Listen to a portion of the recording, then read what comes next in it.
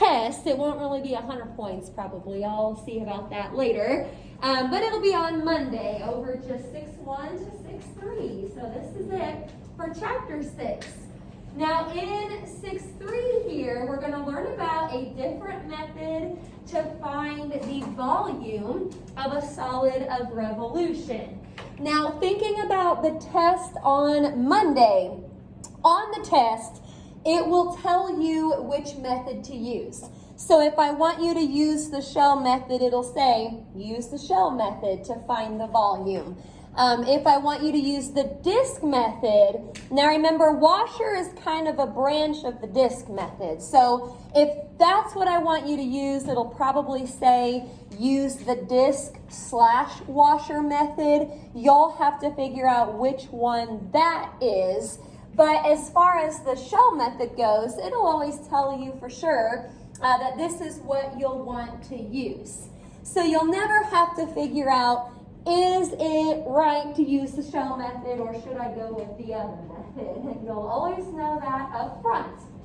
So I'll give you some visuals here in a minute, but I think first I'm going to just kind of tell you how this setup is. And for today's lesson, the first part here, we are revolving about or around the y-axis. Now, there's some big differences between disk/washer and shell method. So, first of all, with the disk/washer method, if you revolved around the y-axis, you integrated with respect to y. Not so much with the shell method, it's actually the opposite. When you revolve around the y-axis, you end up integrating with respect to x. That is a big difference. Now, another difference up here, instead of just pi out front, it's actually 2 pi. So that's cool. And in the integrand right here, remember disk method, you were taking whatever that f of x was and you were squaring it. Or if it was a washer, you would do like the outside radius squared minus inside squared. Nothing is squared with the shell method, but what you do is you take f of x, which I think I'm going to explain here in a minute, but you take f of x and you multiply it by x. So no squares, you're just multiplying whatever f of x is by x. Now I'm going to go through a few things here, and f of x is going to be one of those things. But first off, remember if you integrate with respect to x, then you're kind of looking left and right for your bounds. It says A is the left x value, B is the right. Okie dokie. Now f of x here is the height of the shell. F of x is the height of the shell. Now we typically try to kind of keep things simple with the problems that we do in here. So normally, whatever that main function is that they give you first, that's usually f of x. But we can look at the graph just to kind of visualize the height. Also, now talk about differences. One other big difference between the disk/washer and the shell method is with the shell method, our representative rectangle is actually drawn parallel to the axis of revolution. With disk, it was always perpendicular. Parallel means that it's just kind of going up at the same rate, or maybe it's the other way around, but it's parallel, so it's not going to form a right angle.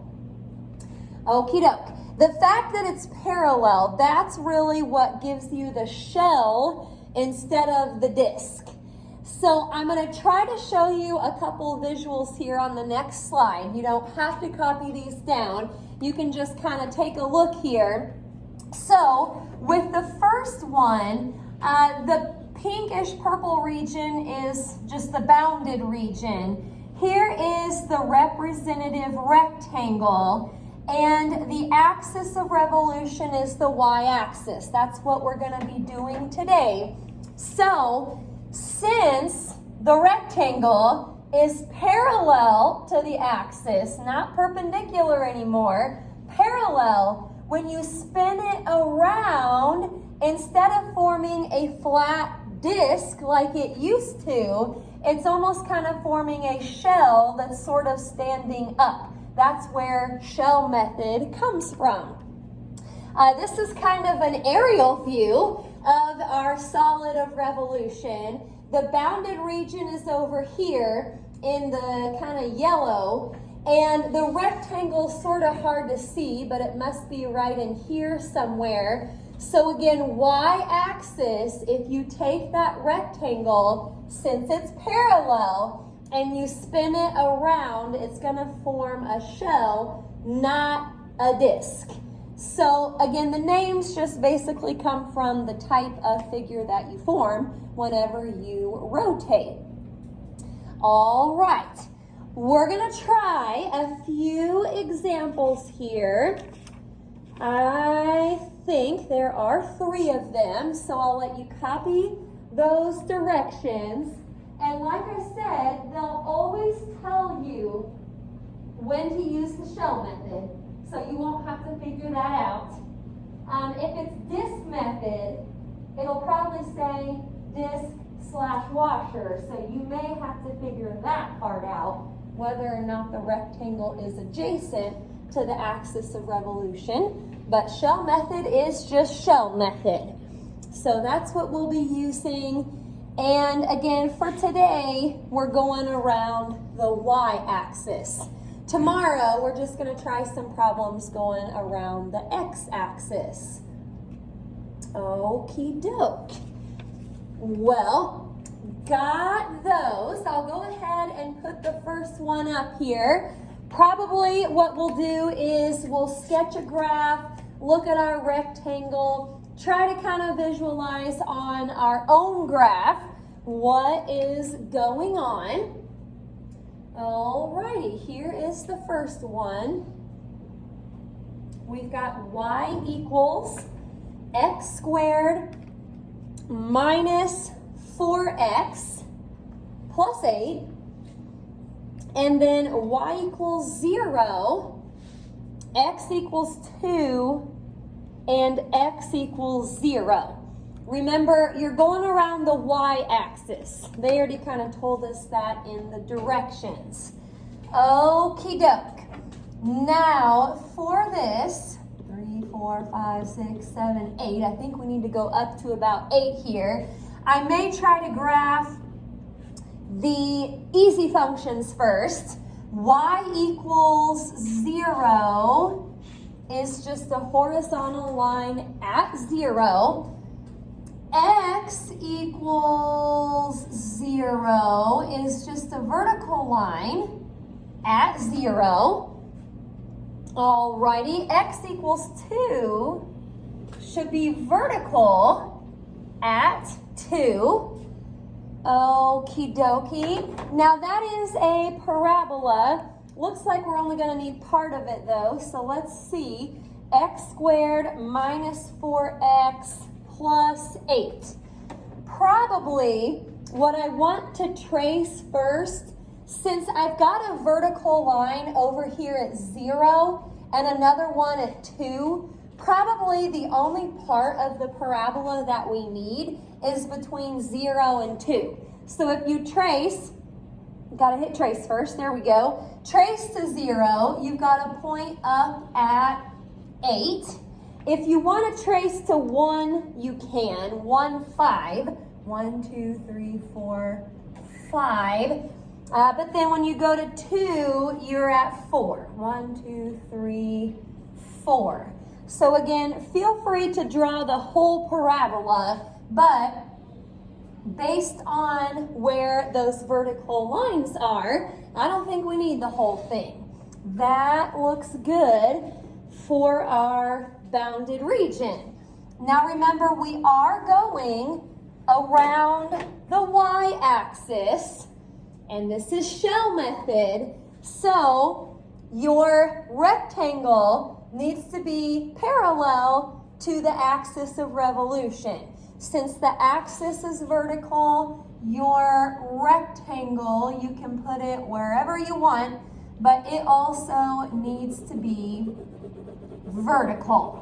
So by the time you spin that around, that will form your shell. It is a shell instead of a disc today. Okie doke. I'll let you finish your graphs there. Now for the volume shell method, I gotta be on top of my game here because there's some differences. In front, it's not just pi, it's 2 pi. So that's something to keep in mind. Now, what else do I need to think about? If I go around the y-axis, I actually integrate with respect to x.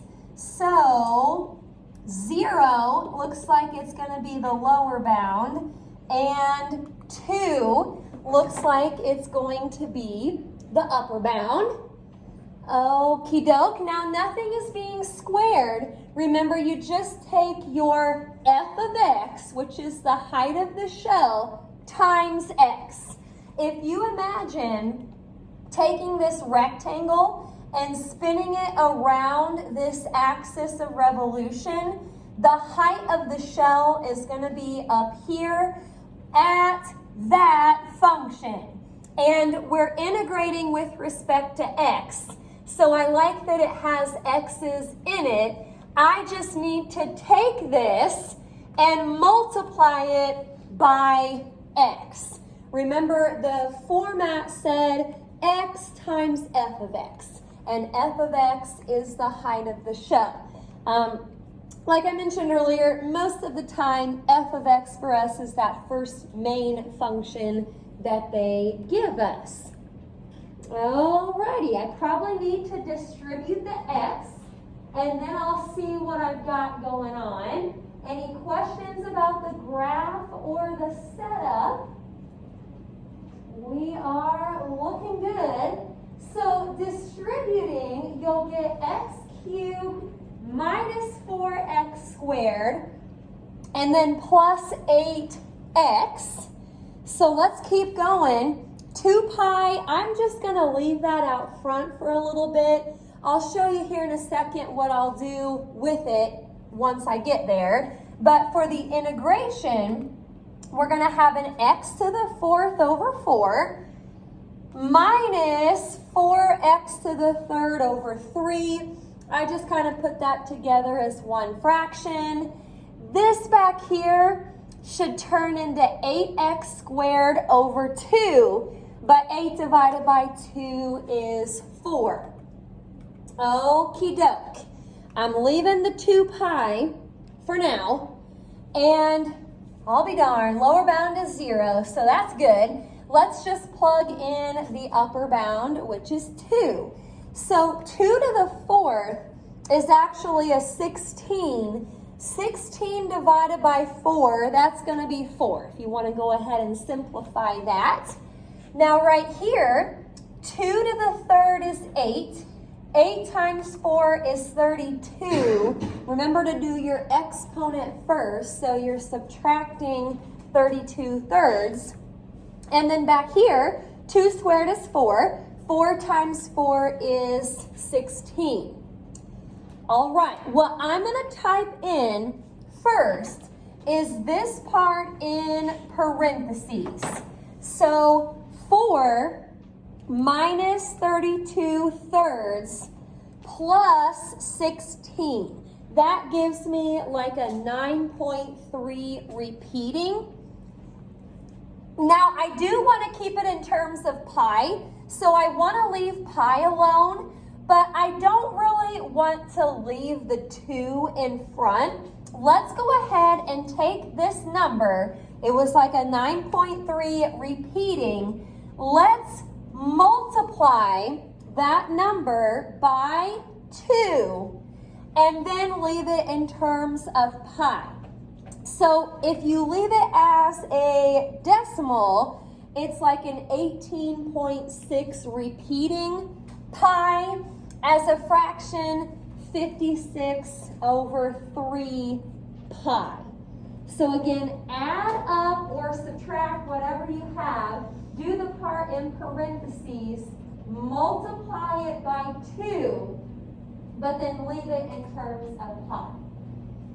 That looks good. Any questions about number 1? Try that out on your calculator so you can make sure that you are doing it right. Okie doke. We're going to try just a couple more here. Number 2, y equals, I've got a 1 over the quantity x squared plus 1 squared. Okie doke. Y equals 0. And then over there it says 0 is less than or equal to x, which is less than or equal to 1. Basically, that is saying that x is either between or equal to 0 and 1. So we'll talk about what that means on our graph. Alrighty. I may go ahead and do the y equals 0. That is the easy one. Now, graphing the first function, 1 over the quantity x squared plus 1 squared, I'm going to go ahead and graph that. And when you graph it, it looks kind of like, almost like half of a circle or something, but there's a point at 0, 1, which is up here, another point at 1, and then it's like a 0.25. That's a little bit tricky there. If you trace to a 1, it's a little bit above. Trace to -1, it's another about 0.25. So I've got that in mind here, that I'm a little bit kind of above the x-axis. This little condition off to the side, it's not really saying that there are vertical lines at 0 and 1, but it's basically saying that the only part of this graph that you care about is between 0 and 1. So again, I'm maybe not concerned about the left side of this graph. That over there is just telling me to look over at the right side. So again, if you go to a 1, 1 squared is 1, 1 plus 1 is 2, 2 squared is 4. I'm up just a tiny bit. I'm not going to get too particular about that, I suppose. But I am still spinning around the y-axis, and my rectangle needs to be parallel. So that's what we've got going on.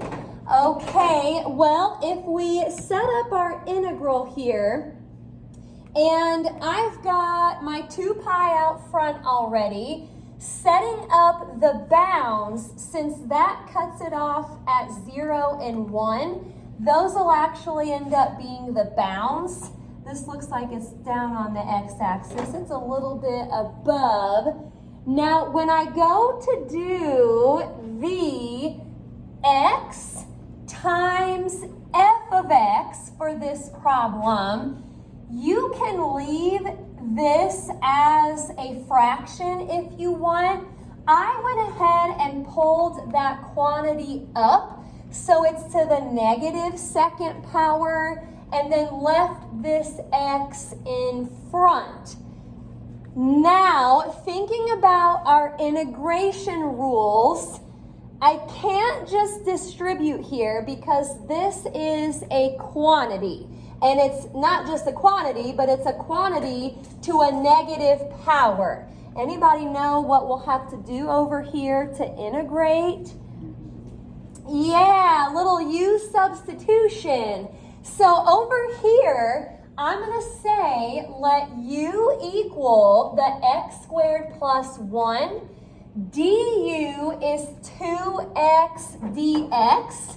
Here come the colors again, like I used to do. So x and dx are there, but I don't have the 2. So, oh gosh, my colors, that should be green there. I'm going to put a 2 in, pull a 1/2 out front. So actually, when you do that, 2 times 1/2 is just 1. So those kind of drop out and you just get pi from 0 to 1. And I'm rewriting this as u to the negative second du.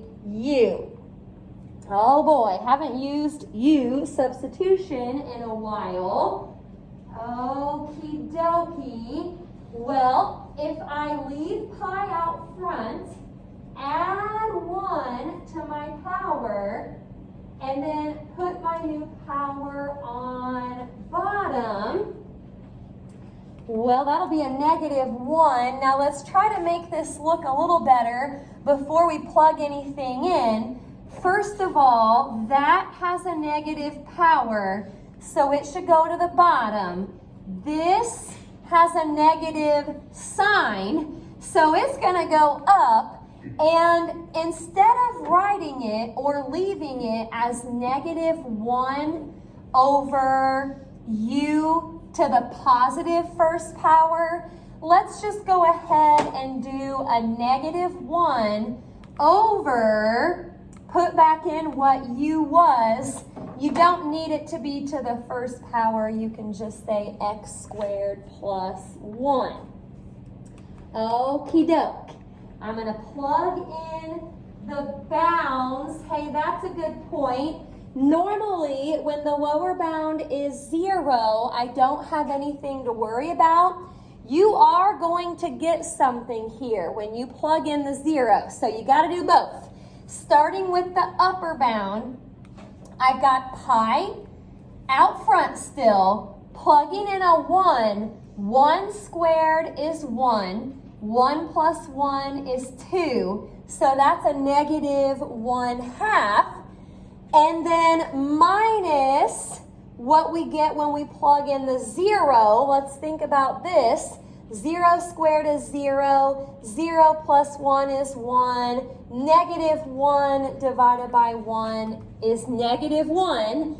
But watch your signs. That actually ends up being a -1/2 plus 1, which would be +1/2. And then don't forget the pi. Not a real big volume there. You can do units cubed if you want, but it's not real big since the bounded region over there was not very big either. Okie doke. Main reason I did that one was because of the condition here. You may see something like that in your homework. It's basically just cutting it off at those two numbers. Alrighty, well, last but certainly not least, number 3, it's up here. We've got a y equals 4 minus x, y equals 0, and then x equals 0. I'm going to do the easy ones first. Y equals 0 is here. X equals 0 is here. Now that is actually just a line. It has a y-intercept of 4 and a slope of -1. 1, 2, 3, 4. 1, 2. I don't know how far I need to go. I may have to extend that. Well, let's see. Up to 4. 1, 2, 3, 4. and a slope of -1. All right, so that means down 1, right 1, down 1, right 1, down 1, right 1. Ooh, barely squeezed it in there. Down 1, right 1. I'm going to stop it there because I've hit that horizontal line. So, thinking about the axis of revolution, again with the shell method, your rectangle needs to be parallel to it. We're going to have to draw it anywhere in here, but going up and down instead of being perpendicular like we used to. Okie doke. Shell method. We've got our graph looking pretty good there. Now setting up the integrand, again 2 pi is out front. And hey, if you messed up the bounds on this problem, we wouldn't even know it. 0 to 4, you're really looking at x's. If you accidentally looked the other way, you would still get 0 to 4. And we've got to take x times f of x. Again, f of x is the height of the shell. So x times 4 minus x. Okie dokie, looking good. I'm going to go ahead and distribute. You don't need use substitution here because you can distribute. That'll be a 4x minus x squared. Alrighty, so if this is 4x squared over 2, it should simplify to 2x squared. That is a negative x cubed over 3.